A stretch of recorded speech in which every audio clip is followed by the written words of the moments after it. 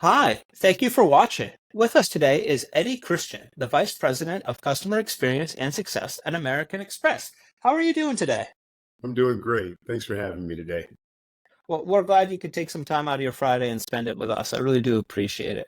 To start things off, why don't you tell us a little bit about who you are, what you do, and your path to becoming, a senior experience leader? Yeah. Well, as you mentioned, I'm Eddie Christian. I work in what I would call the wholesale end of the business for a division of American Express called Resi. My path has been really a diverse one to end up in the CX space. I intentionally actually crafted my career that way so I can be really well versed in a number of different areas. I've held roles in the past as a sales leader, so definitely understand, the path and the things that the sales teams are going through from the acquisition point of view. I've had leadership positions in marketing, and then I've rounded out my career probably over the last 12 to 15 years in the CS and CX space. So, Yeah, it sounds like you have a lot of great experience when it comes to all of business, but especially customer experience. With that, what advice would you recommend to somebody their first 100 days of leading a CX team? yeah, I think connecting with your team is most important. You're gonna inherit a team for the most part that's going to have a lot of experience with the processes and procedures. And what I always try to do is leverage their experience rather than trying to create something from scratch. So really getting close to the team is one of the things that I focus on early. Then after that, getting and building a strong relationship with your product team, because no CX program is going to be strong unless you have the ear of the product team in order to influence that roadmap. I almost look at it as a relay race. You get the Mhm. information from the customer, that customer facing information packages it up and then hands it over to the product and engineering team for execution and improvements. So I really try to stay laser focused on building the relationships with my internal team, number one, to leverage their expertise and their knowledge, and then also building the internal relationships with the product and engineering team to try to influence the roadmap. Yeah, that makes a lot of sense. Now you've been in an American Express for well over 100 days. So right now, what is your current CX strategy focus on? Well, it varies. We're consistently trying to obtain information to improve our customers' engagement with our platform, awareness of the brand per se. So it's pretty consistent from that perspective, but it does need to shift based on what we're seeing in the marketplace and what our customers are asking for. When we post, when we have listening posting, we're gathering information from them in different areas. So now if you can talk about that a little bit more, what kind of listening posts have you established? What kind of stuff do you do currently? Yeah, it varies, but most of the things are pretty fundamental. We do a lot of surveys, not to the point to where they have an excessive amount of fatigue, but we also implement what I call success plans. These are touch points by our customer facing staff where we're trying to just identify what's going to make the customer successful when they're engaging with our platform. Basically, we're going to uncover their needs, wants, desires, and outcomes. We're going to document that, and that's really going to be our playbook to figure out how we're going to have a successful campaign. And that's where we get a lot of good nuggets of information to help influence that roadmap, like we talked about. That makes a ton of sense. Now, how do you measure the success of this roadmap? You know, you can go NPS score. I've used internal CSAT scores, or actually not internal, but account manager CSAT scores using Likert scales and things like that to get more drilled in. But nothing too confusing or difficult, because if the account manager is doing their job, we're going to have a good pulse of the pain points of a customer and if they're likely to renew. So it's actually a combination of something like your NPS, CSAT, and then some of the subjective information that we get in our business reviews and things of that nature. So it's a combination of all three. That makes a lot of sense. And it sounds like you run a tight ship over there, but I got to think you got a few pain points in what you do. What are those? Yeah, I mean, it's the opposite of what we alluded to at the beginning. When we don't see eye to eye with product, or we might have competing priorities. I think that's one of the more challenging items, and you really just have to look at what's best for the customer. And sometimes, you don't get what you want all the time, but it is an opportunity to show the value that you're bringing to the organization, and you just sometimes you have to just get in line and wait your turn. But I would say those would be one of the biggest pain points. Yeah, I hear that a lot. I hear like getting priority, with the C-suite is a little bit of a difficult task. You talking about butting heads with product a little bit. How do you get buy-in from your C-suite and from the other teams in a business? Yeah, it's really about retention if you're talking about anything post sale. So if I'm able to consistently show that the tactics and techniques that we're deploying is keeping the customers on our platform at a higher rate, then I typically get the attention. When you get negative attention is when those churn rates start to escalate and to get a little bit higher than you would want. So I try to keep it on the positive end of the spectrum all the time. Do you find that coming into these meetings and with the C-suite with data is really strong? Do they care more about the ROI of what they're investing? Is there a particular metric in which they value more than anything that you can communicate through?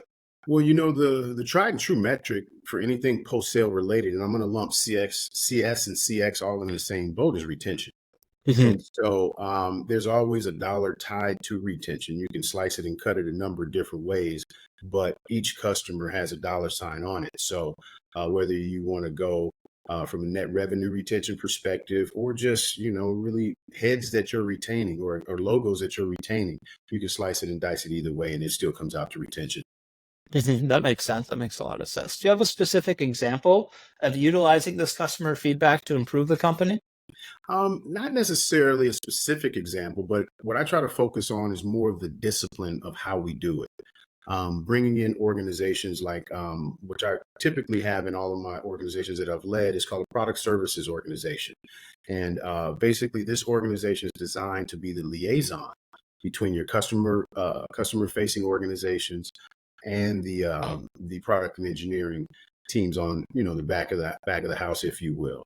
And basically, all the information that is gathered from your frontline employees, whether it be an account manager or a support team, they're going to synthesize that information, package it up, and get that information to product and engineering on a consistent basis. So making sure we have the proper meetings set up to discuss these things, prioritization meetings to make sure that we're getting the things done in the best way possible is what I'm talking about when I say the discipline of it more than anything else. Hmm. That makes a ton of sense. Let's shift away from what you're currently doing over in American Express, and I want to give you an opportunity for you to get up on your soapbox. What do you Yeah. think is the future of customer experience and success?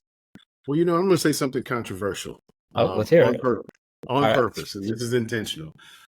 I want to see it shift back to more the relationship and less over indexing on technology.